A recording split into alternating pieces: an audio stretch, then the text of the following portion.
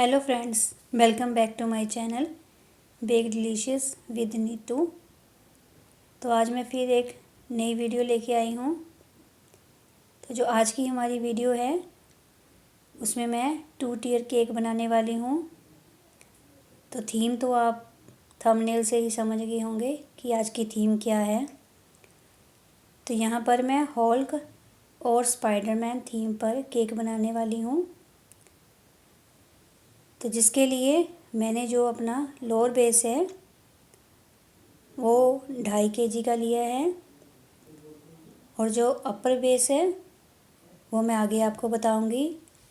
तो जो हमारा लोअर बेस था मैंने उसे 8 इंच के केक टिन में बेक किया है। तो यहाँ पर जो ऑर्डर था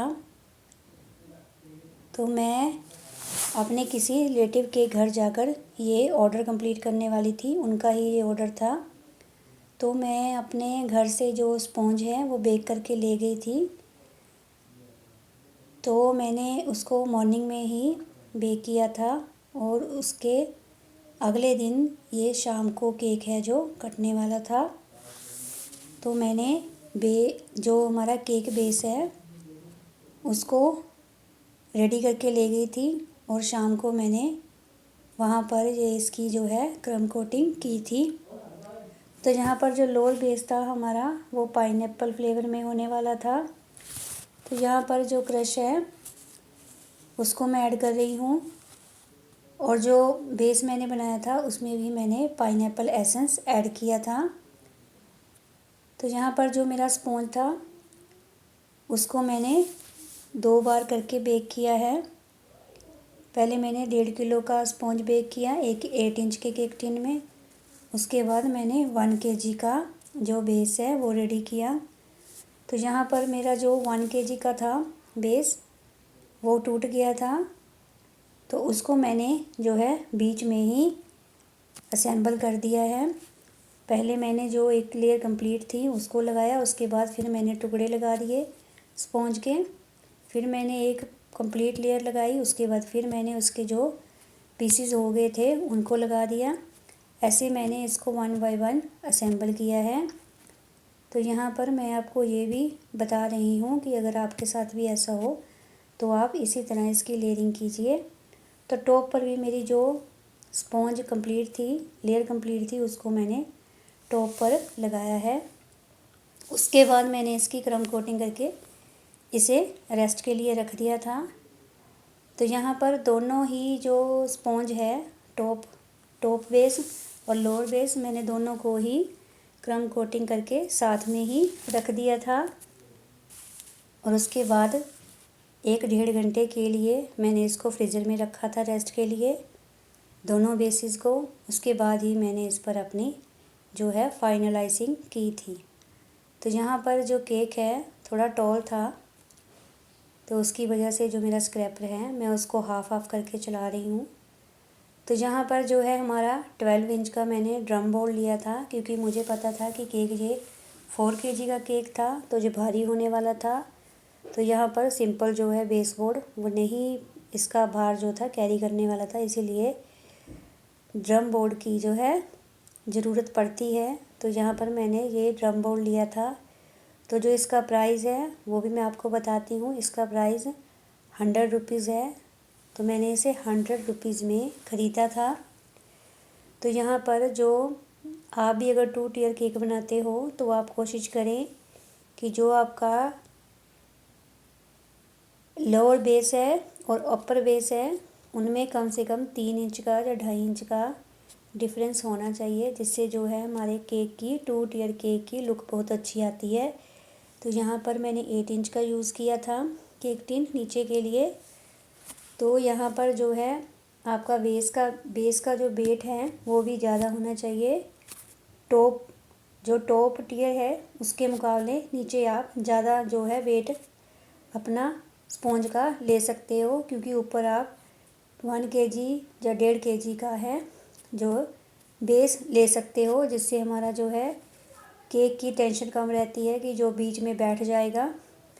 तो इसकी टेंशन नहीं रहती है। इसीलिए मैंने जो है लोअर बेस को 2.5 किलो का रखा था और जो टॉप बेस है उसको मैंने 1.5 किलो का रखा था। तो यहाँ पर मैं जो लोअर बेस है उस पर हॉल का जो है पैटर्न बनाने वाली थी, वो डिज़ाइन बनाने वाली थी, इसीलिए मैंने इसको ग्रीन कलर में ही इसकी जो है फाइनलाइजिंग की थी। तो यहाँ पर फाइनलाइजिंग भी आपको बड़े ही ध्यान से करनी है। तो यहाँ पर मैंने बड़े ही ध्यान से इसको किया था। तो यहाँ पर फिनिशिंग का मैंने साइड वॉल्स पर इतना नहीं ध्यान दिया, क्योंकि बाद में यहाँ पर भी मैं एक पैटर्न बनाने वाली थी, ब्रिक्स का पैटर्न बनाने वाली थी, इसीलिए मैंने इसको बहुत इसकी तरफ ज़्यादा ध्यान नहीं दिया, क्योंकि वो हमारा छुपने वाला ही था। इसी तरह मैंने जो अपनी लोअर बेस है उसको रेडी करके रख दिया था। उसके बाद जो है हमारी टॉप बेस, उसके बारे में आपको बताती हूँ मैं। तो जो हमारा टॉप बेस था वो 1.5 kg का था। तो उसके लिए मैंने जो है 5 इंच का केक टिन यूज़ किया है। तो यहाँ पर जो मेरा 5 इंच का केक टिन था उसमें पहले मैंने 1 kg का स्पॉन्ज बेक किया और फिर मैंने 1/2 kg का जो है स्पॉन्ज बेक किया। तो यहाँ पर दोनों स्पॉन्जेस को बेक करना, ठंडा करना, इसके लिए कम से कम 4 घंटे तो लग ही गए थे, क्योंकि एक एक 1.5 सवा घंटा तो लग ही जाता है एक स्पॉन्ज को बेक होते हुए। तो ऐसे करते करते मेरे 3-4 घंटे लग ही गए थे। उसको ठंडा किया, फिर उसी मोल्ड में मैंने दोबारा से स्पॉन्ज को बेक किया, क्योंकि मेरे पास जो है मोल्ड एक ही है, इसीलिए मैंने उसको 1 बाय 1 बेक किया था। और मैं इसे गैस पर ही बेक करती हूँ। तो जो हमारा टॉप बेस था वो थोड़ा हाइट में था, इसीलिए मैंने जब इसकी क्रम कोटिंग कर रही थी तो ये हिल रहा था, इसलिए फिर मैंने इसमें छोटे वाला जो डॉवेल होता है वो इंसर्ट कर दिया था। डॉवेल डालना ज़रूरी है, नहीं तो फिर जो है हमारा बेस स्लिप होने का डर रहता है। लेयरिंग है जो वो स्लिप होने का डर रहता है। तो यहाँ पर मैंने दोनों स्पॉन्ज है जो उनकी क्रम कोटिंग करके उसको 1-1.5 घंटे के लिए रेस्ट के लिए रखा था। उसके बाद ही मैंने इस पर फाइनलाइजिंग की है। तो जो हमारा टॉप बेस था उसको मैं स्पाइडरमैन थीम में रखने वाली थी। तो उसके लिए मैंने जो है क्रीम में ब्लू कलर ऐड किया था। और ये वाला काम आपको जो है पाइपिंग बैग से ही करना है, क्योंकि ये पैलेट नाइफ से नहीं होगा, इसमें फिनिशिंग की ज़रूरत होती है। तो यहाँ पर मैं पाइपिंग बैग से ही सब जगह क्रीम अप्लाई कर रही हूँ। तो उसके बाद मैंने इस पर स्क्रैपर अच्छी तरह से चला दिया था, और जहाँ पर भी मुझे टेढ़ा लग रहा था तो वहाँ पर मैंने फिर क्रीम लगा के इसको सीधा किया है। उसके बाद ही मैंने इस पर रेड कलर की जो क्रीम है वो अप्लाई की थी। तो यहाँ पर आप मेरा सेटअप भी देख रहे होंगे कि ये चेंज है। तो मैंने इसको अपने जो रिलेटिव हैं उनके घर में ही रेडी किया था। तो यहाँ पर मैं इसको रेडी कर रही थी। तो मुश्किल तो होता है अपने जो कंफर्ट जोन है उससे बाहर निकल के काम करना। तो मुझे भी थोड़ी टेंशन थी कि मैं नई जगह जाकर कैसे करूँगी, कि घर की तो आपको आदत पड़ी होती है काम करने की। तो कहीं जाना है अगर तो बहुत चीज़ें सोचनी पड़ती है कि कोई चीज़ छूट ना जाए। तो इसी टेंशन में ही ये ऑर्डर मैंने कंप्लीट किया, और भगवान की कृपा से सब कुछ आसानी से हो गया, मुश्किल कुछ भी नहीं लगा। तो यहाँ पर मैं अपने पाइपिंग बैग, स्पैचुलास वगैरह सब कुछ ले गई थी, बीटर ले गई थी। मोस्टली सबके घर में बीटर जो है नहीं होता है, तो मैं अपना वो सामान छोटे से बैग में डालकर ले गई थी। मेन चीज़ें जो होती हैं, तो बेस इसीलिए मैंने घर पर ही रेडी कर लिया था कि मैं बेस घर से ही बना के लेके जाऊंगी। तो यहाँ पर मैं टॉप पर भी जो है पाइपिंग बैग से ही क्रीम अप्लाई कर रही हूँ। तो आई होप, मुझे लग रहा है कि मैंने सब बातें आपसे शेयर कर दी हैं जो भी मुझे प्रॉब्लम आई है। अगर आपको भी ऐसे ही कोई ऑर्डर कंप्लीट करना है तो आप भी सब चीज़ों को माइंड में रख के ही जो है अपना ऑर्डर कंप्लीट करें, अगर आप नई जगह जाके उस चीज़ को बना रहे हैं। क्योंकि आपको पता ही है, अगर आप केक बनाते हो तो आपके जो रिलेटिव होते हैं वो चाहते हैं कि आप ही उनके जो फंक्शंस है, जब बर्थडे है, उनमें आप ही केक बनाएं। तो यहाँ पर ये होता है उनके माइंड में कि हमें फ़्रेश केक खाने को मिलेगा, बेकरीज़ में आपको पता ही है। तो यहाँ पर केक जो है सबको बहुत ही पसंद आया था।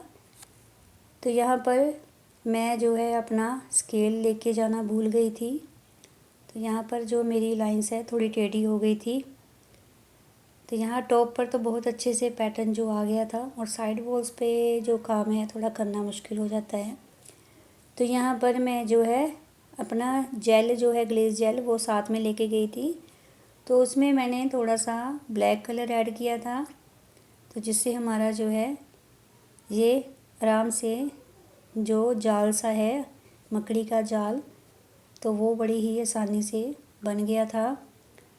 तो यहाँ पर पहले तो मैं सोच रही थी सारे केक को ही रेड कलर की ग्लेज से कवर कर दूँ। फिर मैंने सोचा नहीं कि कुछ लोगों को जो है ग्लेज जेल वाले केक्स नहीं पसंद आते हैं, तो इसीलिए मैंने जो है सिर्फ़ इस पर ग्लेज से पैटर्न दिया है। बाकी सारा काम मैंने इस पर क्रीम से ही किया था। तो ऐसे जो है मेरा सारा डिज़ाइन जो है कंप्लीट हो गया था।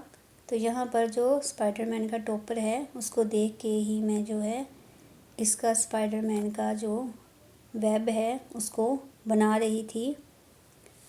तो यहाँ पर जो मेरा लोअर बेस था उस पर मैंने हॉल्क का जो है प्रिंट लगाया था। तो यह मैंने पिंटरेस्ट से निकाले थे टॉप पर। तो उसको कटिंग करके फिर मैंने ईज़िली इसको साइड वॉल्स पर अच्छी तरह से चिपका दिया था। तो ये सॉगी नहीं होते हैं, क्योंकि जो इसका पेपर है वो निकालते हैं वो बहुत ही हार्ड होता है, बढ़िया होता है, ग्लोसी होता है, पीछे से भी वो ग्लोसी होता है। तो जिससे ये सॉगी होने का इसका डर नहीं रहता है। तो यहाँ पर मैं साइड वॉल्स पर हॉल्क के दोनों साइड्स पर मैं ब्रिक का पैटर्न देने वाली थी। तो इसके लिए जो क्रीम मैंने यूज़ की है उसमें मैंने ब्लैक कलर ऐड किया था। तो ब्लैक कलर आपको पता ही है, ब्लैक कलर नहीं आता है अगर क्रीम में आप ब्लैक डालोगे ब्लैक कलर, तो वो नहीं आता है, वो ग्रे ही बन जाता है। तो यहाँ पर ग्रे ही मुझे चाहिए था, तो ग्रे कलर मेरा बन गया था। उसको बाद मैंने उसको पाइपिंग बैग से हॉल्क के दोनों तरफ एक पैटर्न दिया था। तो ये आपको रफली ही करना है, इसको ये नहीं कि आपको सीधा रखना है। हाँ, जैसे भी रफली आप कर रहे हो तो वैसे आपको करते जाना है। तो यहाँ पर एक तरफ मैं सीधे हाथ से स्क्रैपर को चला रही थी और दूसरी साइड पर मुझे उल्टे हाथ से स्क्रैपर को चलाना पड़ा, क्योंकि आप अगर हॉल के अंदर की तरफ लेके आओगे तो वो जो है क्रीम जो है फैल जाती है। तो इसको आपको दोनों तरफ से बाहर की तरफ लेके जाना है। तो यहाँ पर मैंने टूथपिक का यूज़ किया था, जिससे मैंने ब्रिक का पैटर्न दिया था साइड वॉल्स पर क्रीम की। तो जिससे हमारा जो है केक का लुक बहुत ही बढ़िया आ गया था। तो अगर आपको मेरी आज की वीडियो अच्छी लगी है तो प्लीज़ लाइक ज़रूर कीजिए, आप कमेंट भी कीजिए। अगर आपको इस केक रिलेटेड कुछ पूछना है तो, और आप बेल आइकन ज़रूर प्रेस करें, जिससे मेरी वीडियोस की आने वाली वीडियोस की नोटिफिकेशन आपको मिलती रहे। तो यहाँ पर ऐसे ही मैंने पैटर्न को कंप्लीट कर दिया था दोनों साइड्स पे। तो जिससे हमारा जो है केक का लुक बहुत ही बढ़िया हो गया था। तो अगर आप मेरे चैनल पर न्यू हैं तो प्लीज़ मेरे चैनल को ज़रूर सब्सक्राइब करें। तो यहाँ पर मैंने डॉवेल इंसर्ट किए थे, नीचे 3 डॉवेल इंसर्ट किए थे, और टॉप में तो मैंने आपको बताया था पहले मैंने एक छोटा डॉवेल इंसर्ट किया था, क्योंकि हमारा स्पॉन्ज जो है टेढ़ा मेढ़ा हो रहा था। तो यहाँ पर मैंने जो है टॉप बेस है उसको मैंने थोड़ा पीछे करके रखा था, पूरा सेंटर में नहीं रखा था, हल्का सा पीछे किया था। तो यहाँ पर ये वाला काम आपको बहुत ही सावधानी से करना है। तो यहाँ पर वीडियो थोड़ा कैमरा सेट नहीं किया हुआ मैंने, मैंने इसके टॉप बेस में बड़े वाला जो डॉवेल होता है वो इंसर्ट कर लिया था, जिससे इसको पिक करना बहुत ही आसान हो जाता है।